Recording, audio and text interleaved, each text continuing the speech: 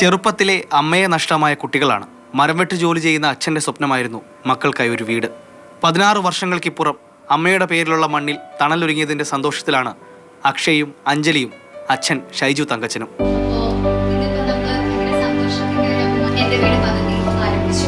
ഒരു നല്ല വീട് കിട്ടി. ഇപ്പം ഞങ്ങൾ താമസം തുടങ്ങാൻ പോകുന്നു.